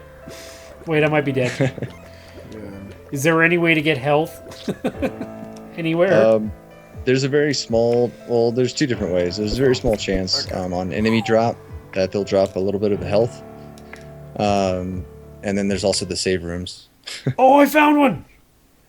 Yes! I found a Excellent. save. Nice. Yeah! Jeez. How refreshing is that? Oh, feels good. It means that I'm not. Actually, yeah, it does give you an emotional feeling there. Yeah, it feels like, good. Oh, goodness gravy. I'm so like nervous now that I'm. Well, at least now I know that wherever I go, I'm not gonna be dead. At the beginning. Oh, I can't do that yet. I have to go down for that. Like the music change there. So, how hard was it to map to make this whole map work? As I said before, like, this whole thing is a learning process to me. So if you did notice like my original demo, It was pretty terrible. When I think it did take me a little bit of time to kind of figure out how I wanted to map everything out, especially when I implemented the mini map too. I had to make sure everything kind of evened up or lined up perfectly. I have everything in a constant now, so it makes it a lot easier for the future. But it was definitely an experience. It's not too hard though now. It was at the time, but Yeah, not now. yeah. So I think I'm doing okay now. How do I... Let's see what I got. I haven't been that way yet, although I don't think I can be. I noticed that there's some locked rooms right now, and I don't think I can get to them You can if you go around. if I go Yeah, around. we're black over here. Oh, what? Looks like we stopped broadcasting or something. No, I think I just... oh, did I stop broadcasting? I had to refresh. Dropped? on now. Okay, that's weird. Yeah, I'm not getting... It shows a black screen for me. Let's refresh that. Says one Yeah. person as well. Oh, the me. wonders. The wonders of trying to get things to work. It's got to be more than one because I know they're watching at my house too. Come on. Yeah. Come on, Viewer buddy. list is unavailable. I wonder if it's just Twitch. Uh-oh. I hope it's not just Twitch. Well, this is still being recorded. Yeah, it's still live. I'm watching it right now. Oh, good. As long as Oh. as long as you can see it, because I can't even get onto Twitch right now. So, Oh, okay. anyways, let's just get Yeah, back to the since it's still available. That's the important thing. Yeah. Hey, somebody else joined watching now, so That's good. Yeah, I saw 0. it's still up. Oh my god! Oh god, that was lucky. Okay, so I gotta go back and around. Yeah, I've got like a good 25-second delay, I think. That's okay. Even without the delay, I'm pretty sure by the time you see him finish dying, that he will have died again. Yeah! I just died that's, again. that's the confusing part, because I'm like, oh, I just died. I'm like, you did. Oh, wait, no. I guess you died again. Which time? What are you talking about?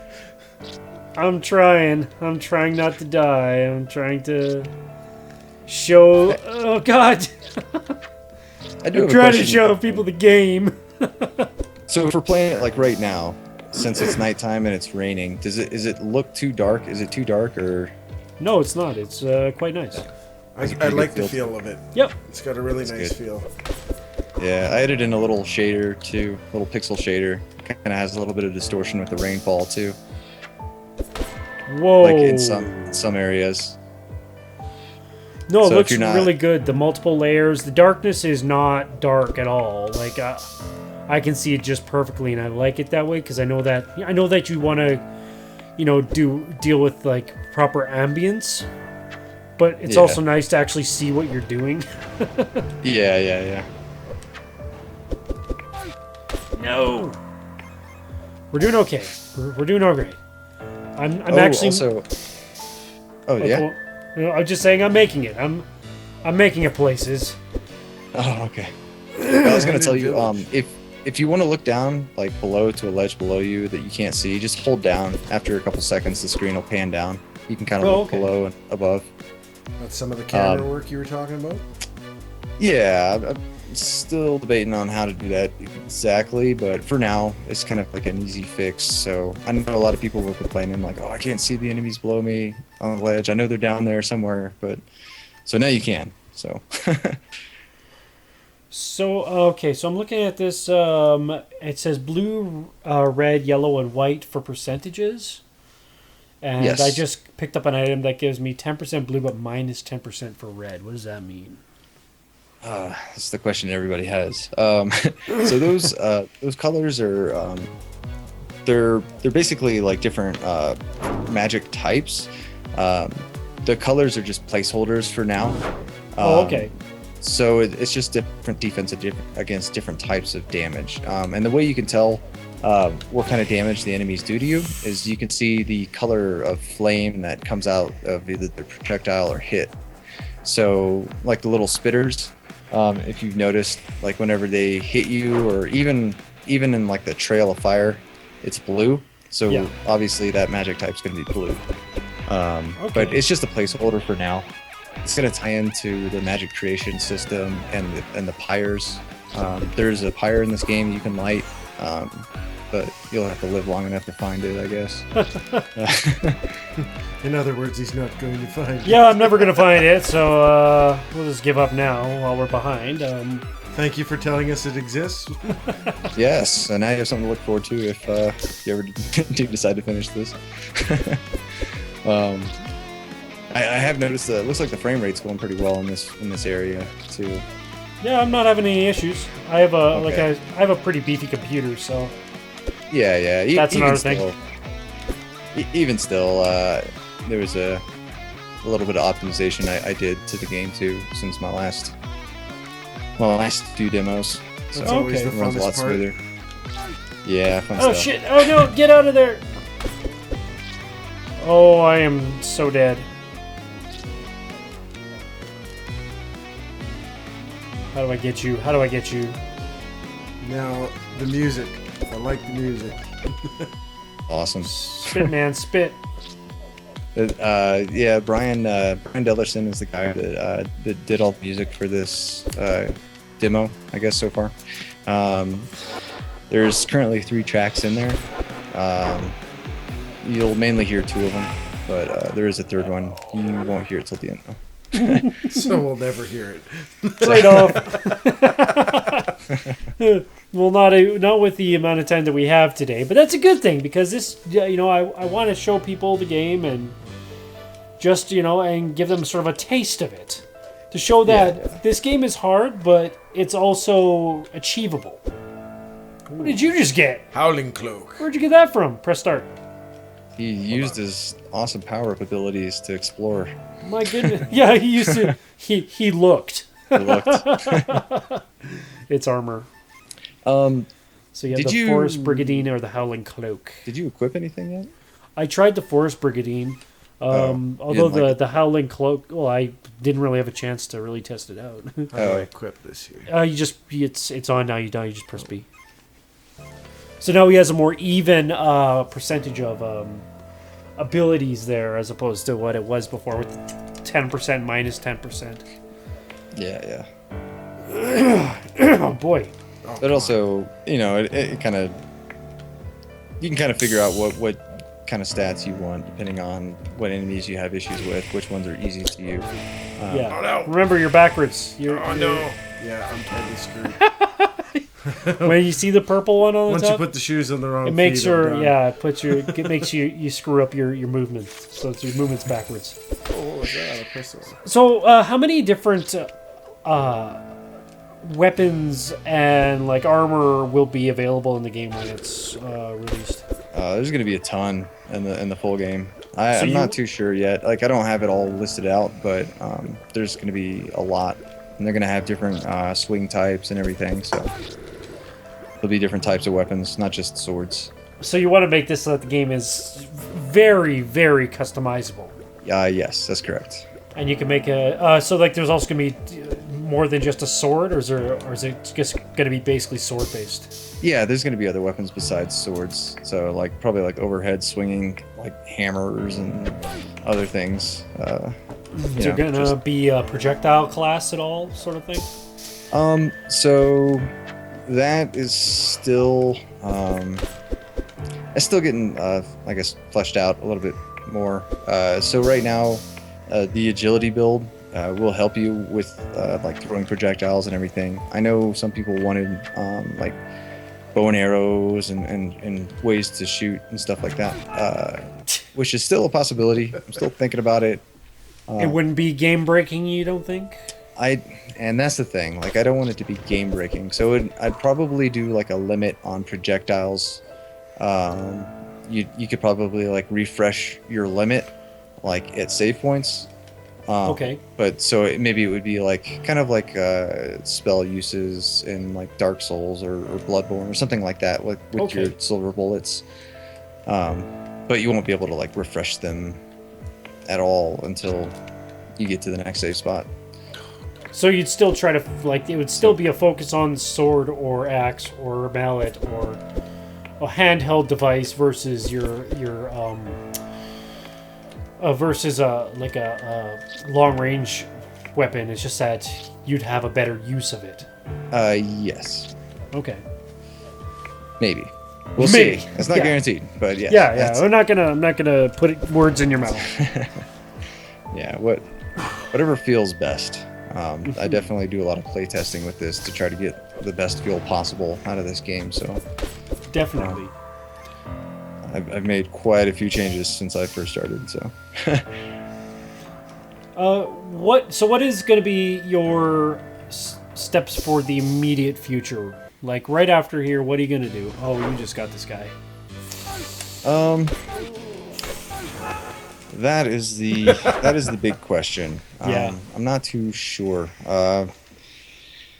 So I think, I mean, I've reached out to a few different publishers.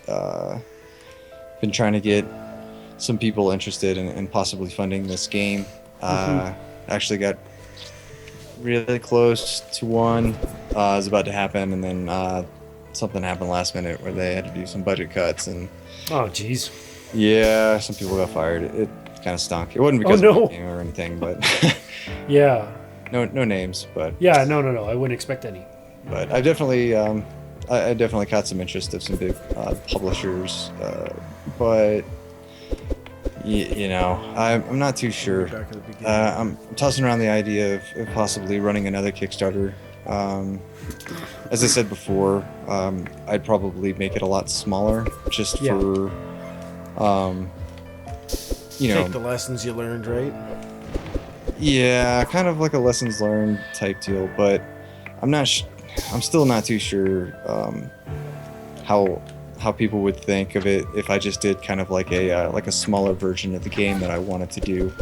Well, some people, I think there would be more of an understand. With the people that follow you, that have followed you, there would be a greater understanding. So, Yeah. like, you could still like now that you've reached out to more people and you've had a fair bit of momentum when it comes to everything that you've done. Then I almost think that, personal opinion, naturally, but you have a better shot at getting a potential for the money that you got when you were doing the Kickstarter the first time, plus some more, because people will see that the amount is more achievable.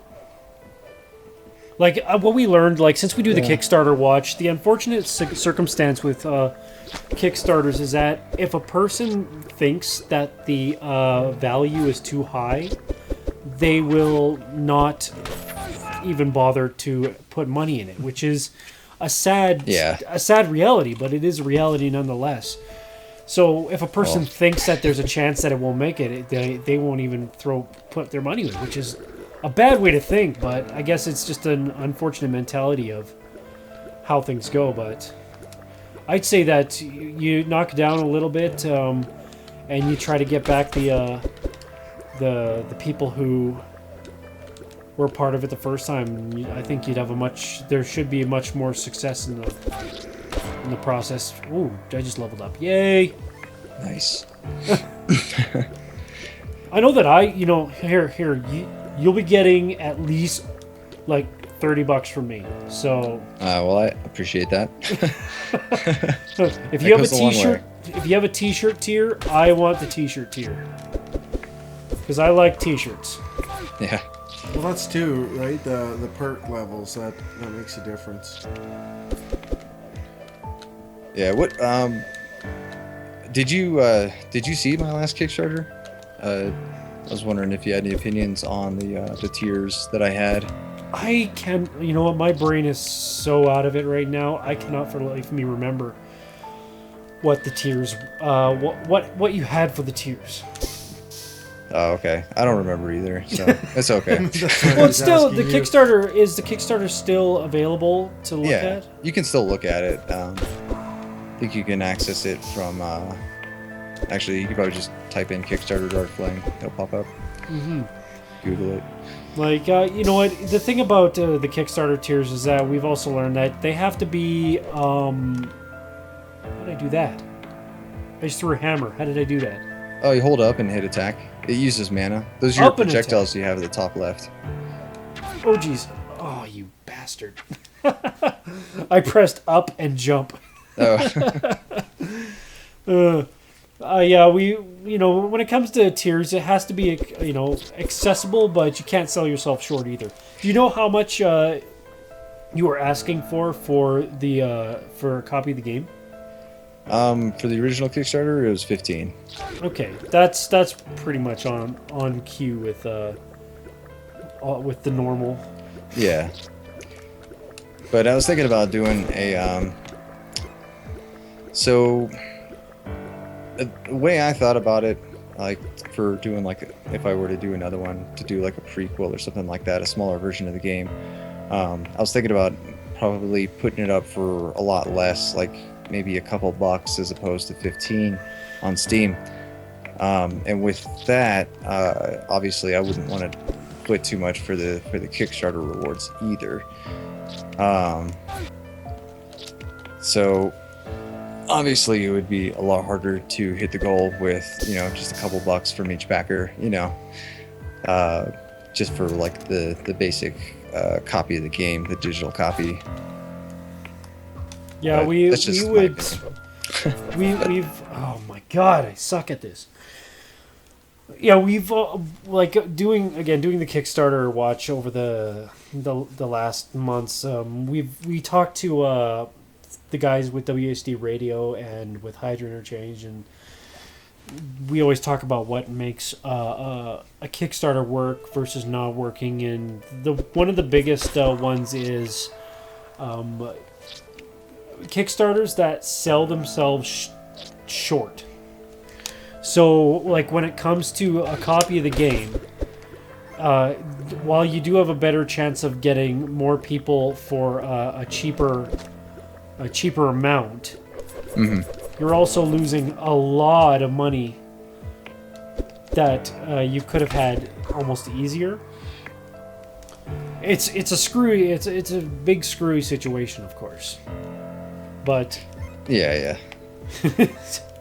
but yeah, it's like you can't do it for too much because then it'll detract people, and you can't do it for too little because then you'll end up losing potential funds because I don't think you can access the perks anymore. oh god, I'm gonna die. Yes, you are. Oh, I can't even reach him. Whoa! I did all 6 damage to him. Yes. Ugh.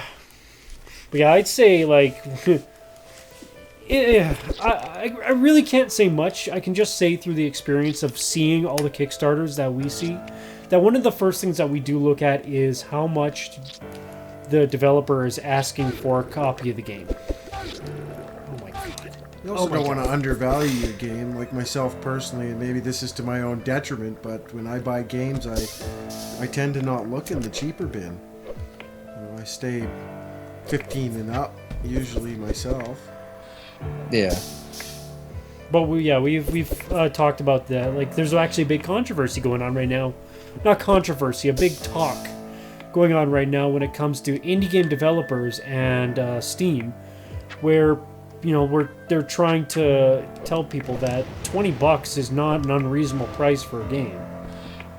Well, it's not. I mean, and especially when they take, somewhere in the order of 30% right off the top. Also, the fact, like, I gave the analogy that I've been to a place where, with a shitty restaurant, that I left hungry and paid more than $20 for that.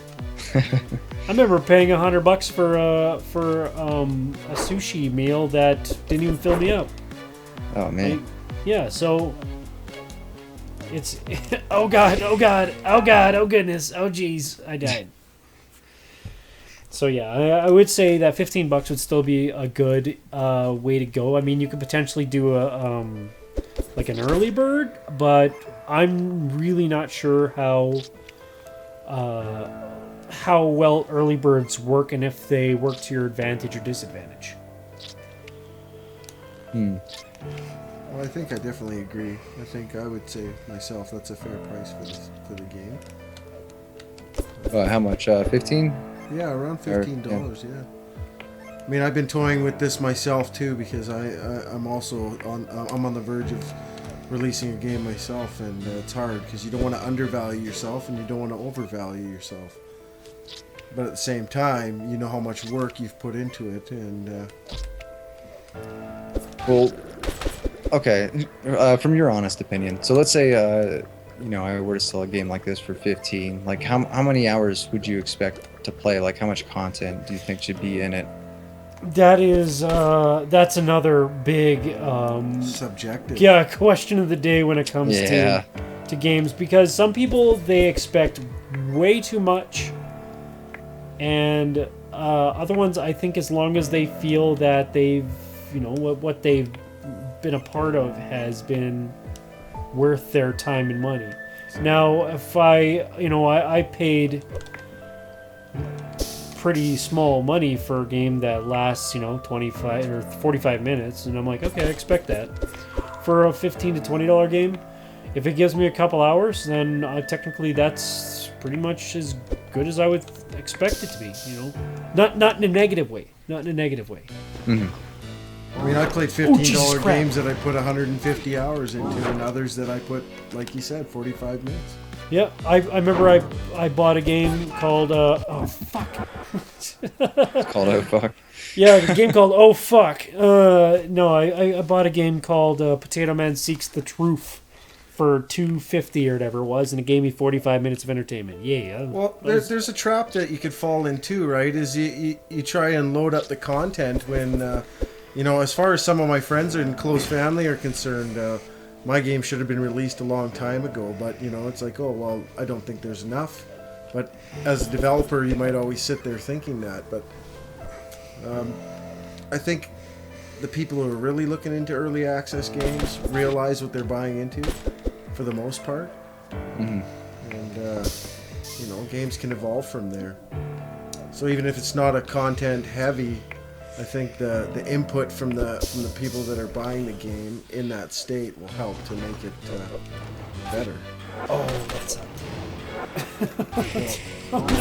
Focus on what content is worthwhile and what's not, right? Yeah, I could look at my Steam library right now and sort of give you an idea of like games that I've spent money. I know, and I'll tell you that I've spent money on big titles that I actually regret spending the money on. I was totally amped for a South Park Stick of Truth. Oh, yeah. And I ended up playing for 4 hours, got stuck in a spot, and then haven't played since. I paid $60 for it. Wow. And then there's games like Binding of Isaac, where I've literally put hundreds of hours into. So That game's awesome. it all depends on the game. It all depends on what people expect from this type of game. So I would almost say look at like if it's when it comes to your game, I would say if it lasts a couple hours, then that's decent in my opinion. Oh jeez, this is bad. Oh, and they flip you backwards too. Oh, Toasted. we cannot beat this guy. Oh wait, press start. There you have unspent points. Yeah, I gotta fix that. Make it more directed. Now, I see on your... I just took a look at your Kickstarter there. I couldn't see the perks you were offering, but you do have quite an extensive storyline there, and I don't see a lot of it actually in the game here. Yeah, I don't have any story in the in this demo because this is just something I threw together to really just show off the game, like how it plays and everything. This has nothing to do with the actual game. This is just for fun. All right. So, yeah, I didn't want to kind of ruin any of the story or anything for anybody. So. Well, that's fair enough. And then I look forward to seeing it in its full form. Yeah, you know what? I would say ask around. Like I feel that your crowdfunding time is not over yet, because, Doing that. like I said before, I just feel that you had you were asking a fair bit of money, which it's understandable on the base to base, with each person. So I'm not getting at that, but I'm thinking that I'm sure you can get as much as you got the first time, if not more. Yeah. Like, we actually talked to a guy who, he had a $50,000 Kickstarter, made $42,000, and then proceeded to go to a completely different crowdfunding platform, and only asked 10 grand. Oh wow. And we were just like, Why well, that? if you would have gone back to Kickstarter and asked for 35,000, then you would have got it. Maybe you just need to put it under the banner as fund me instead of Kanye's debt. Yeah. Let Kanye's debt, put your money in a better spot than Kanye. Yeah. Tell you what, if you do that, I'll put Kanye in the game and you can slay him. Yeah. you'll have a two-headed monster that only looks at itself. That's pretty funny. And it wears a $120 white t-shirt. I just saw a thing on a picture, and somebody just showed a Kanye West Yeezy damaged wool sweater for $2,500. Oh my gosh. It's like, Ridiculous. what's that guy thinking? Yeah, actually, I ran a poll on Twitter a couple days ago. It's actually still running. I think I figured out how to get him. Oh, Kill the guy? hey, I think We'll you're keep onto going. something. Looks like we're running out of time. We better kill Yeah. him quick. Yeah, you got 8 minutes Oh to no, do no, it. backwards 8 years. Anyways, continue with what you're saying. Oh no, I was just asking about if it was worth restarting a crowdfunding campaign, and I got 78% that says it doesn't matter, and 22% says it's a bad idea. So I guess most people don't really care too much. Some The people do. problem is that you have to get people that actually care about Kickstarters in the first place, crowdfunding in the first place. Like, I care about crowdfunding as much as I care about the whole indie game scenario that we have right here, because that's where innovation comes from.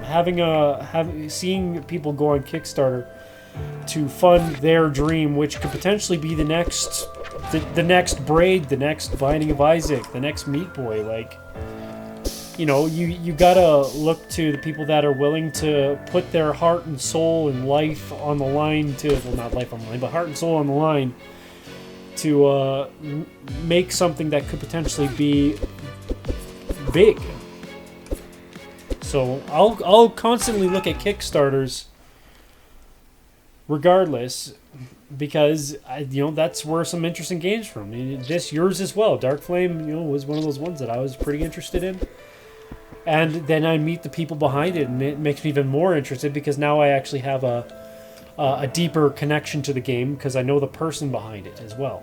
Mhm. Like, we don't want to hear like an American Idol sob story behind. Yeah, I'm a single father with Yeah. 3 kids. Please fund my game. Yeah, we. Hey, I was trying to use that. No. Hey, well, I thought about that myself. I got 3 kids, and come on, tell the whole story about how I came up with the idea and my situation. No, I think people don't want to hear that, right? Yeah, I work 17 hours a day, and I have to work on this instead of sleep. But like, you can say, tell people why you need the money, but don't go into theatrics almost. Yeah.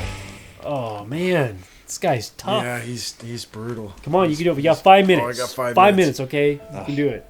You would have hit him with all those flame Oh, balls. what was that? I don't know. I held the other. Oh yeah, what does that do? Did Oh, he make the flashing thing? What the heck was that? if it's a flashing thing. He made a flashing thing. And it flashing made things go, yeah, he did his fireball magic thing, Oh. but it flashed before. Yeah, it's the other trigger. Oh, You have 2 different spells. Well, shit. It's been really good to get some insight on your experience with Kickstarter, as I'll be crossing that bridge myself pretty darn soon here. Yeah. Good luck. Have fun with that. Yeah, that's it. Don't be too discouraged here. You got a decent No. game. You know, from another developer to another. You know, I think it's great. I'd like to see the actual game as opposed to just this demo.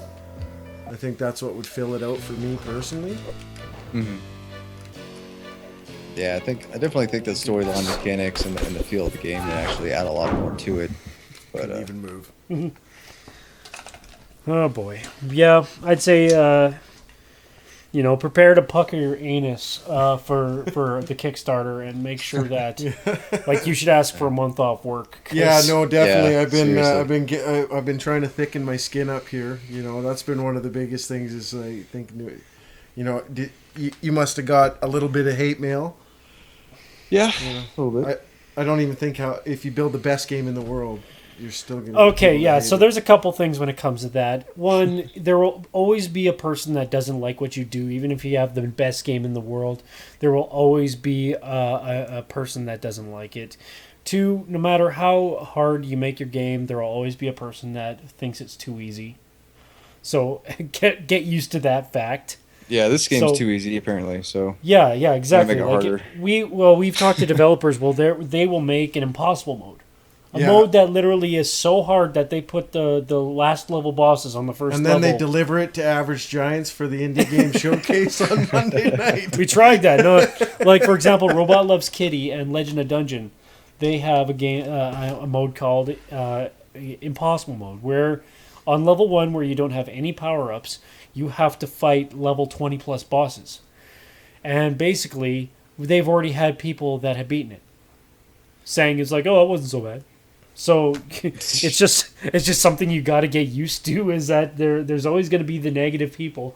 You just got to look towards the positive people, and learn, like take everything constructively. So and I have been. Yeah. It's definitely been a learning process, but Well, keep your head up, Warren. You got a good game, and we're glad you shared it with us tonight. yes, Yeah, I'm thanks. glad that you came back. And again, if you have any other updates, or if you want us, if you're starting a new crowdfunding campaign, let us know. We would love to have you back on the show again because you're a great person to talk to. oh, thanks, appreciate it. Yeah, Very, and very nice. thanks. And before we go, much respect. Thank you for your service, sir. Oh, thanks. Appreciate that. And Yes, indeed. keep up the good work. Even in Canada, we can still appreciate what the service people do for us. Yeah. Yeah, I work near NORAD Northcom, so we're all, Oh, wow. we're on the same team, same fight. Wicked. That's awesome. All right, so that's it for us with the Average Giants Indie Game Showcase. If you like what you see, if you're watching it live, make sure to tell everybody about it. Make sure to follow the Average Giants. We have shows all throughout the week. We we play games with WASD Radio. Tomorrow, Community Night Wednesday, Tabletop Thursday. Friday, I'm going to be playing 3 hours of Layers of Fear, since that just went full build, basically. Nice. And yeah, so we got a whole bunch of stuff. And if you're watching this on YouTube, subscribe to our channel. Watch all of our other stuff that we've done. We archive all of these on YouTube, so feel free to check back on there. So thank you guys all, and we will see you all tomorrow Been a and pleasure, next Warren. week. Take care. Good night. Thanks.